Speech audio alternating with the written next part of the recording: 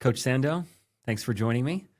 Thank you very much for inviting me. It's a pleasure to be here with you in Las Vegas.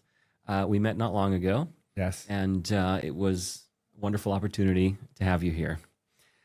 Let's start and talk about the why behind your brand. Why have you gotten into the equestrian specific sports training versus the wider maybe population of sports training, et cetera, or athletics in general? Can you give me the background? Yeah. So once I was done with collegiate coaching, I had an opportunity to be a director of personal training. And so just think general fitness. People want to change their lives. They want to be healthier. And I did that for a few years before I found my first equestrian. And I was missing something. And it wasn't college sports. It was just the fact of working with an athlete that has a goal, and it's that passion. Sometimes with the people that are looking for general fitness, the passion is not necessarily for the fitness, because if that was the case, they'd already be fit if that was their passion. So you get almost like intoxicated with being around people that are always working towards a goal. And I met my first equestrian there, and I kind of knew, all right, this is probably where I want to focus a lot, because it's different when I work with her. It's different when we show up and the energy that we have. And I thought I had found the population that I really wanted to focus on, even though I didn't know what equestrian disciplines were or what an athlete consisted of, like what were the needs. I just knew probably where my heart was and the passion that was matched by this particular rider. So said in my way, it's, you did traditional fitness or more traditional fitness for a long time. Yeah. Major background in it, right? I'm assuming your probably entire professional career. There was like that kind of something's missing from this for you, right? Right. And then it was, you had an experience with an equestrian and you said, okay, I get it now. There's the more specified goal or outcome that was, as you said, intoxicating for you and really took it to the next level. Yeah. I get it. So the mission, right? The mission, Yeah. redefining equestrian performance. Is that right? Right. Tell me about that. And I'll say a story before, Sure. because I feel like that leads into this redefining equestrian performance. So the turning point was once my athlete was ready to go to her season in Florida, their winter season. She had a rotational fall. I didn't even know what that was. And a rotational fall is when the horse hits a jump, and these jumps don't move, so they don't fall down. And the horse flipped over. Wow. And landed on her. That's a rotational fall. The horse rotated. And she broke everything pretty much on the right side. At that time, she wasn't a client, but I had a client that was in the operating room. She wanted to be in there because she was also a fellow, they call them eventers. And she was a fellow eventer and knew her. So she wanted to make sure everything was going to go well in her surgery. And the doctor told my client, if it wasn't for how strong she was, she would be dead. Wow. So my client said, you saved her life. I want to do what she's doing. Because she wasn't my client at the time. She had just known about me.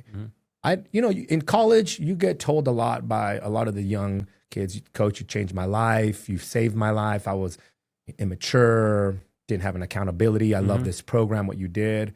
But it's figuratively speaking, right? Maybe I did save their life, but this was something else. Wow, and I get chills hearing that. Yeah, and this changed everything for me. Like, you wake up the next day, and if you were tired, you're like, I'm not tired anymore.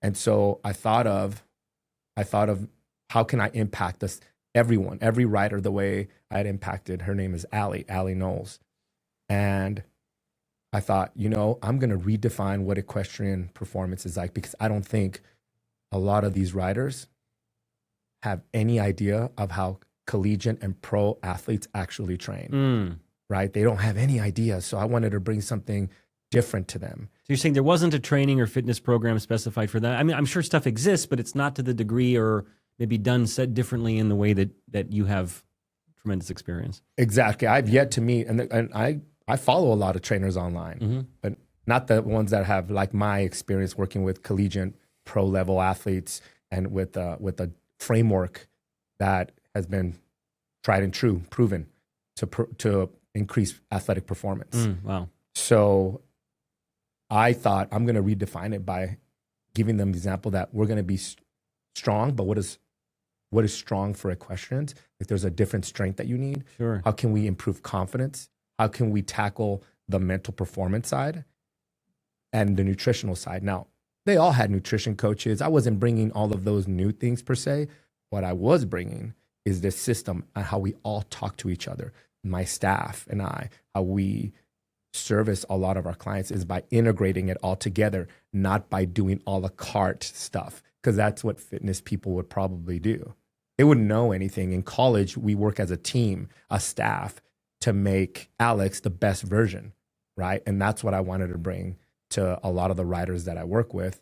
And now that's what we do to every rider, is we are redefining what it means to be the performance part of an equestrian. I love it. And look, you mentioned the mental, you mentioned the physical, the strength, etc.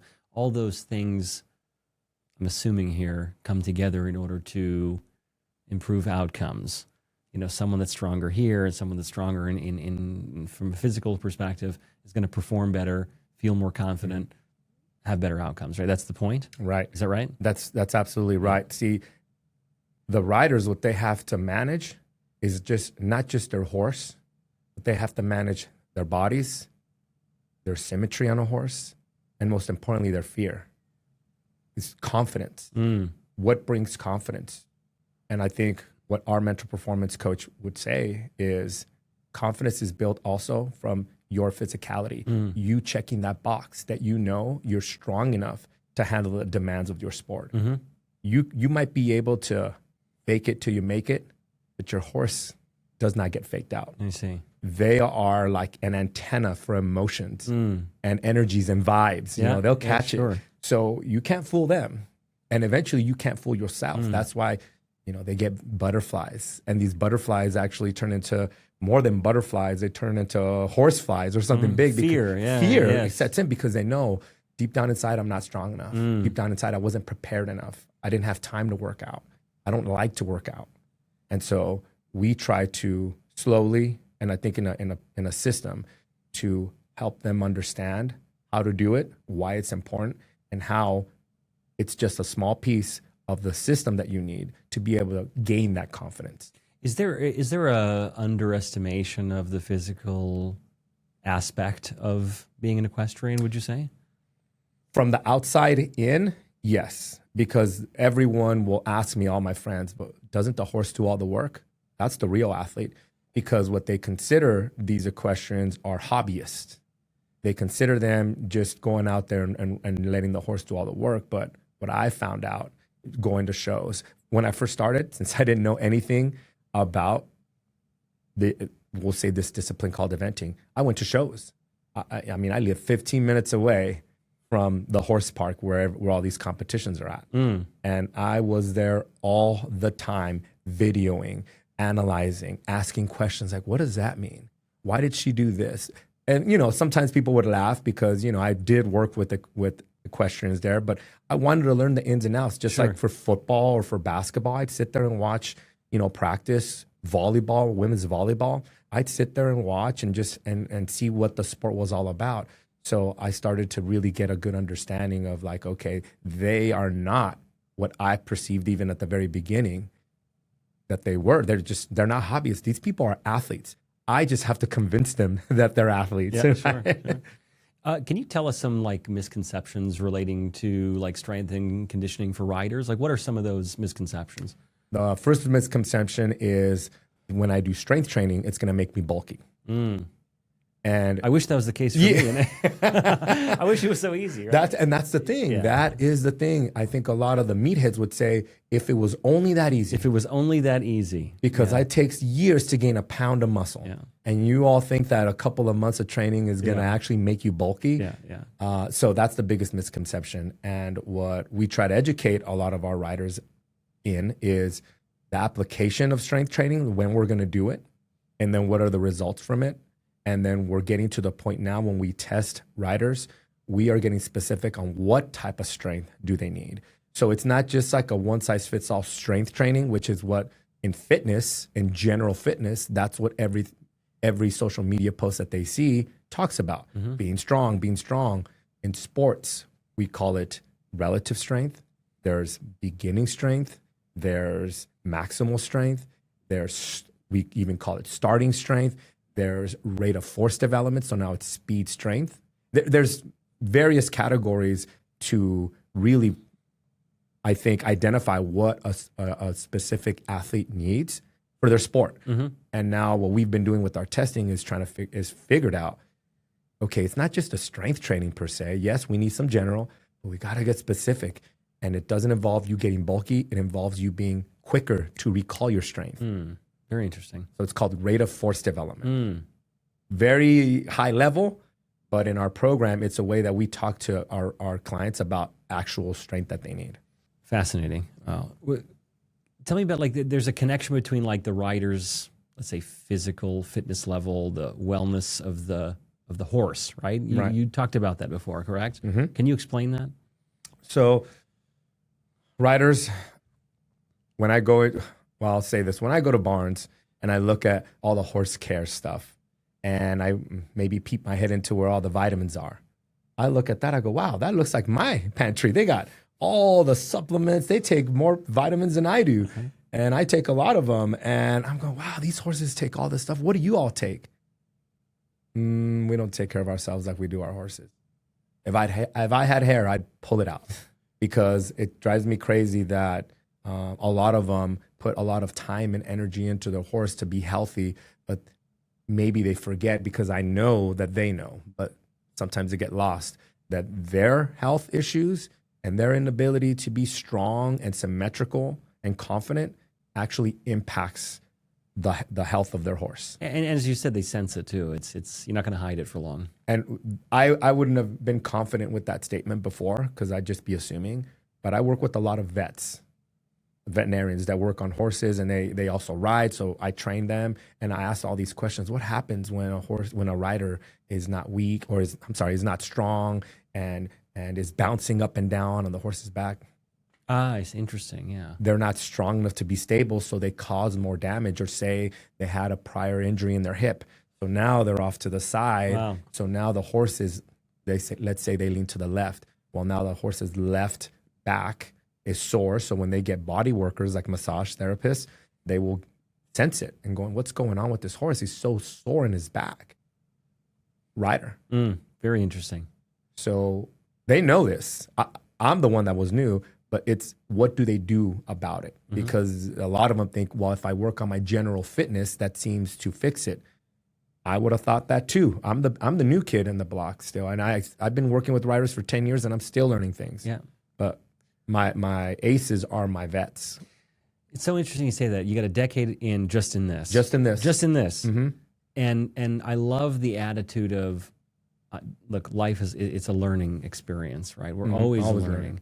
I personally think that, I feel the same about myself. I've been doing this for a decade and a half. Yeah. And yes, I know a lot about my subject matter, but there's always opportunity to grow. And if we take the mental position of, I know it all, I've seen it all, I've done it all, well, I think that, it's inferior to your stance, and I appreciate that.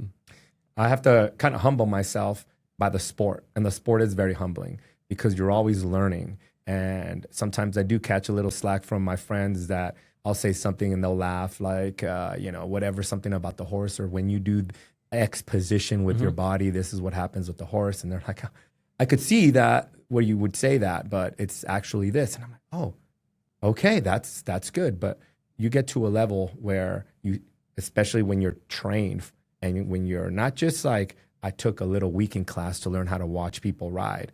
I've been watching athletes for a very long time in their sport.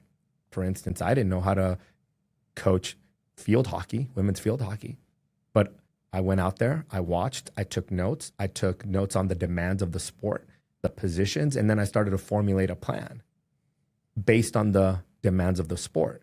I did the same thing when I went out for these to these horse shows. I would sit there, write notes on my phone. This is happening with the horse. I'd see grown women cry in their warm-up area because they were so nervous. Okay, these people don't know how to handle the pressure of their sport. Got it. I just start taking notes, and you start painting this picture.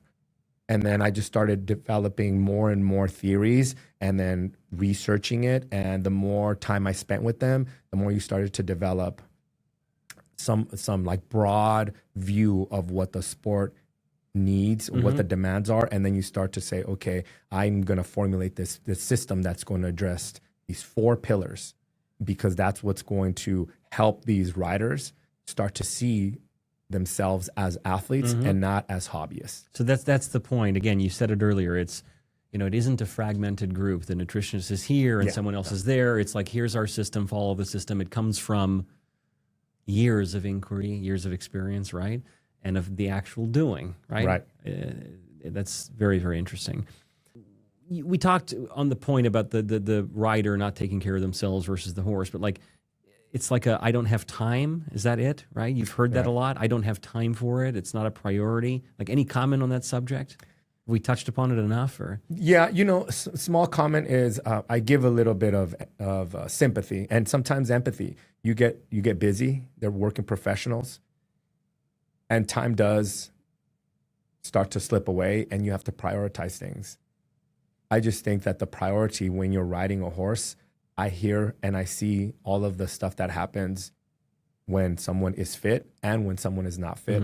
That if I were somebody that was competing, I would make that a priority so that I would be fit enough so that I can do my job well. So, speaking to riders generally, there was one truth that you could say to them or that you'd want them to know and understand. What is that one truth? Do you have one? I think the truth is, and this goes to competition, is when you're in a competition environment, no one cares about how busy you were. No one cares about how much time you have or did not have. All they're going to see is what you put out there. And a lot of people will perform for themselves and the horse, and they want to give the horse the best experience. And this is me being a tough coach, is that's a way out. That is a way for you to excuse yourself to some extent, to not do all the things on your end to make sure you give your horse the best experience possible. Because when you say that, and I put a list of this is what you need to do to make sure you do that, what are you doing? And then that's where they can kind of take a step back and go, ooh. Because I'll say this, all of them are very open when they get coached. They know and they want to.